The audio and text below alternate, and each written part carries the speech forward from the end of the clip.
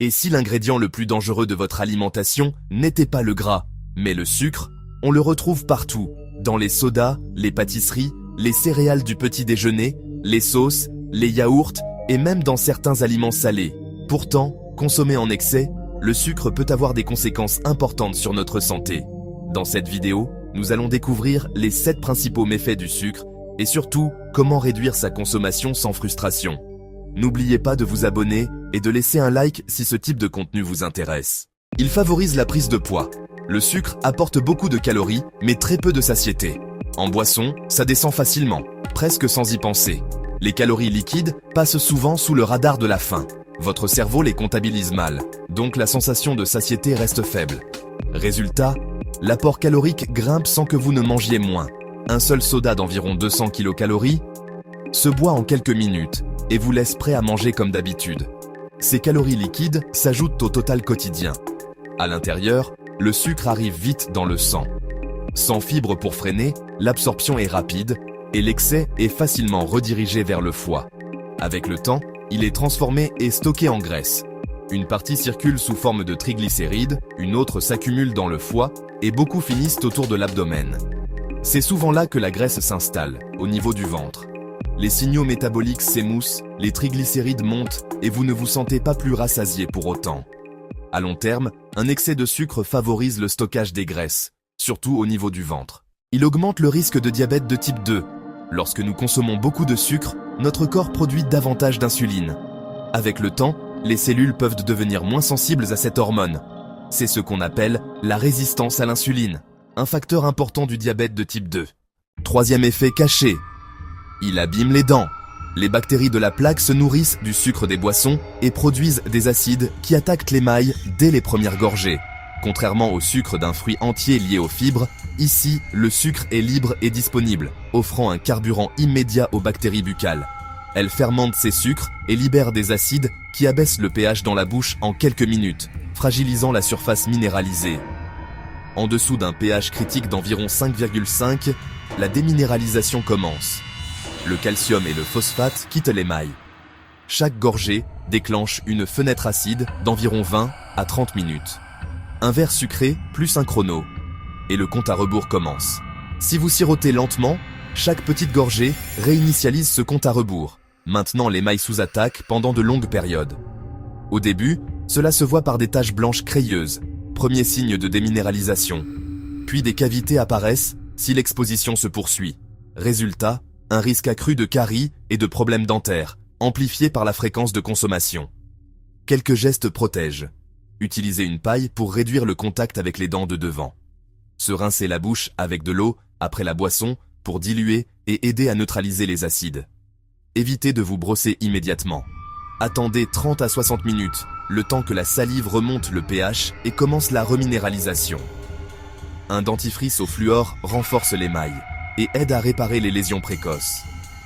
Le meilleur bouclier reste de limiter les boissons sucrées et de ne pas les siroter sur de longues durées. En résumé, sucre, bactéries, acides, émail affaibli. La fréquence fait le danger. Protégez votre sourire, paille quand c'est ponctuel, rinçage à l'eau, patience avant brossage et fluor au quotidien.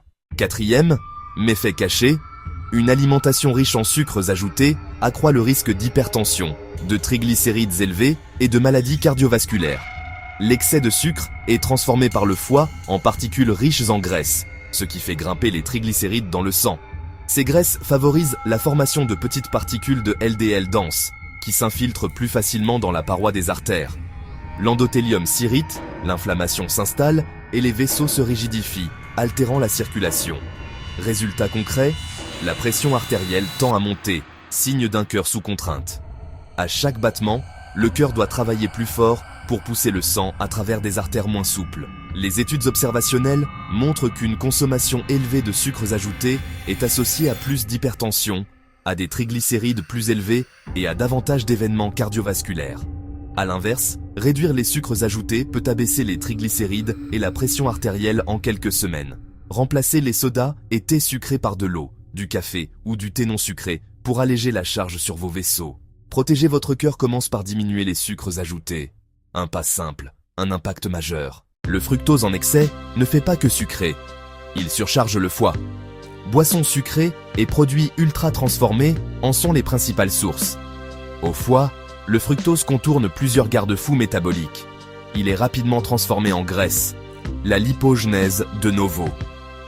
Peu à peu, des gouttelettes lipidiques s'accumulent dans les cellules hépatiques. On appelle cela la stéatose hépatique non alcoolique, souvent silencieuse.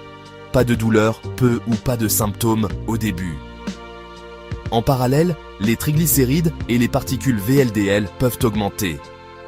Le foie devient moins sensible à l'insuline. Cela entretient une résistance à l'insuline plus globale. Avec le temps, une inflammation locale peut apparaître. Et, si l'excès persiste, la fibrose peut débuter. La bonne nouvelle, c'est réversible au stade précoce. Réduire les boissons sucrées diminue immédiatement la charge de fructose. Privilégiez l'eau, le thé non sucré ou le café noir. Limitez les produits ultra transformés riches en sirop et sucres ajoutés. Bougez régulièrement et visez un léger déficit calorique pour déstocker le foie. Le suivi médical peut inclure ALT, AST, échographie et profil lipidique. Chaque semaine sans excès sucré liquide est un pas vers un foie plus sain. Commencez simple. Remplacez une boisson sucrée par de l'eau chaque jour. Dormez suffisamment. Le manque de sommeil accroît l'envie de sucre. Lisez les étiquettes. Fructose, saccharose, sirop de maïs, HF. Votre foie vous en remerciera. Moins de fructose, moins de lipogenèse, moins de graisse hépatique, meilleure sensibilité à l'insuline. Un métabolisme apaisé commence au vert. Choisissez l'eau, souvent. Goûtez des eaux aromatisées maison, sans sucre. C'est simple, durable, efficace. Foie plus léger, vie plus légère. Après une forte dose de sucre, surtout provenant d'une boisson sucrée, le glucose inonde rapidement votre circulation sanguine. Votre corps réagit tout aussi vite. L'insuline augmente pour retirer ce sucre du sang et le diriger vers les cellules. Voici le hic. Les liquides sont absorbés à grande vitesse, donc le pic est abrupt, et la chute peut l'être aussi. En 1 heure ou 2, la glycémie peut descendre en dessous de votre zone de confort. Cette baisse se manifeste par une fatigue soudaine, un brouillard cérébral de l'irritabilité, une faim lancinante. Votre cerveau réclame une solution rapide, souvent plus de sucre, ce qui relance le cycle.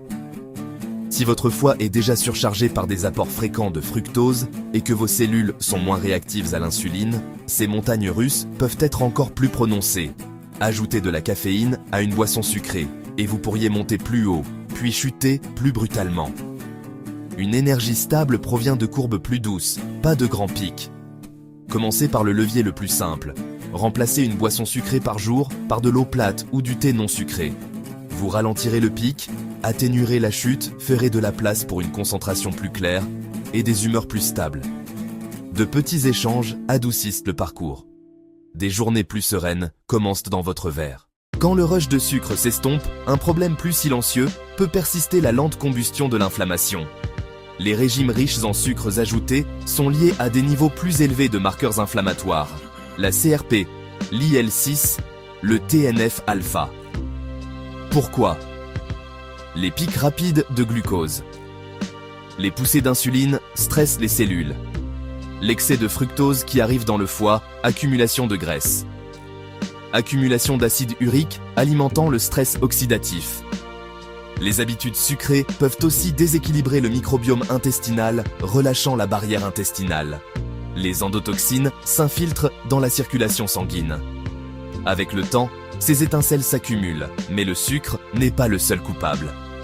Mauvais sommeil, stress chronique, tabagisme, inactivité, aliments ultra transformés. La bonne nouvelle, de petits changements peuvent calmer le jeu. Remplacer ne serait-ce qu'une boisson sucrée par jour par de l'eau par du thé non sucré peut commencer à réduire ces signaux inflammatoires en quelques semaines, tandis qu'une énergie plus stable s'ensuit. Des pics et des creux à une base plus calme, votre prochaine gorgée aide à donner le ton. Le sucre n'est pas un ennemi à bannir totalement. Ce qui pose problème, c'est l'excès de sucre ajouté au quotidien. Privilégiez les fruits entiers. Cuisinez davantage à la maison. Lisez les étiquettes et remplacez progressivement les boissons sucrées par de l'eau ou des boissons non sucrées.